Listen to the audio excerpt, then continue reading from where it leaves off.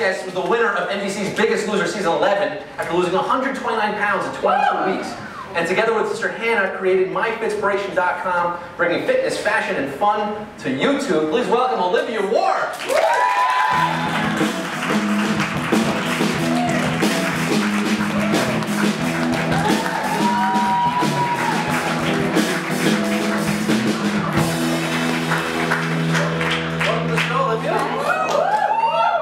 Unbelievable.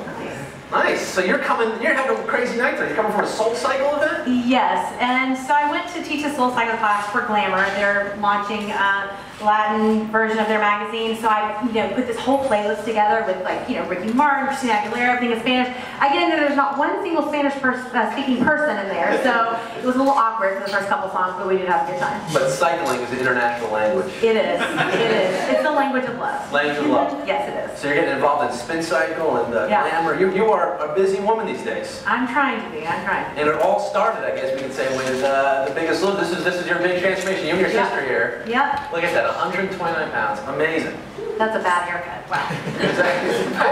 It's choice. Well, the haircut, was that part of the weight loss process? That's like 3 pounds right there. I'm telling you, seriously, like during makeover week, people got so upset because they cut my hair, and I was like, oh, I at least got a pound out of this. I will look so psyched. Yeah. Tell me about the show, because it's a unique show, I feel like, among reality shows, because, people say reality shows, is it real or not? You can't fake these results. I mean, you really are losing weight right in front of the camera.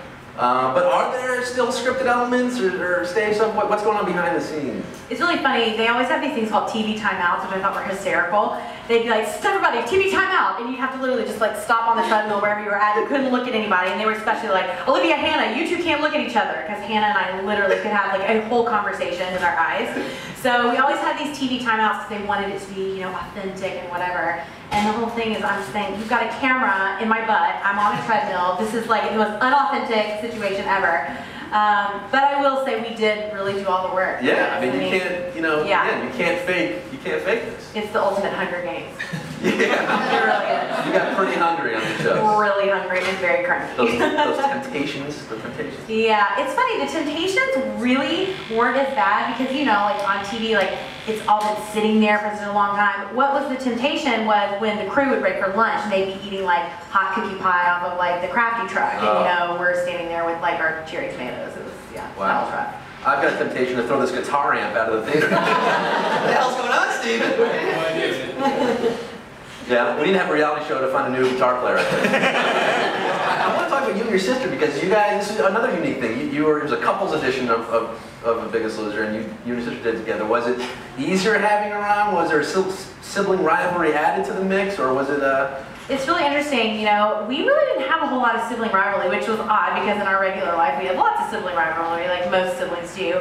But we were just like thick as thieves the whole time, and we always had each other's back, and even though, it was really, really hard, I always knew no matter what, there was somebody in that elimination room that would not write my name down. Yeah. So she's like the cruise director, and I was definitely the hardball, so. And you both got to the final round. Final round. Unbelievable. Yeah, and they thought we were going to get voted off week 1. They kept telling us, you guys are never going to even make it. These big boys are going to, we had an Olympic wrestler on our season, and like, you're never going to make it. And week by week, it was just. You did. Great. Funny enough, I think really, I tell people all the time, weight loss happens from the inside out. And for me, it wasn't even so much, I knew the broccoli was better than the cupcake, but what I couldn't figure out is why I passed up the broccoli and ate 12 cupcakes, you know what I mean? So for me, it was really trying to figure out why I behaved the way I did. It really wasn't so much about the diet or exercise. That stuff just came once I really figured out what was going on inside. What I can't figure out is why can't they make broccoli that tastes like cupcakes? Right? I mean, they got purple broccoli, broccolini, like cauliflower. I mean, it's just, I don't know why. If broccoli can taste like chocolate, everyone would eat it. That's right, we'd be golden. Dad needs some tips here. I don't know, Dad looks pretty good here. How do you feel like you're doing, Dad? I'm working out, every day. I'm working out. I'm getting ready for baseball season. Nice, nice. Every night you have 4 brownies before you go to bed. 3. Mom bakes the brownies, I have temptation to get. I have no will. But you're in the kitchen. I think Dad's philosophy is, you exercise, you work out, you can eat whatever you want, right? Exercise hard, eat a lot. That's what. Work hard, play hard. Yep. That's it. Works That's for right. me. But little more on the exercise these days now, but I'm getting there. Well, you look good. What kind of exercise do you do? Oh, I'm in the gym. I do upper weight, upper body, lower body, the weight. Love it. All right.